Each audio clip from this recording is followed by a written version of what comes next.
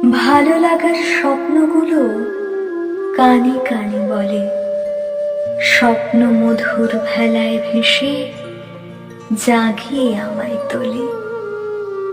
আবছা সে রঙগুলো তোমার দুহাত ছুলো, একটি কথাই শুধু তুমি মনে রেখো।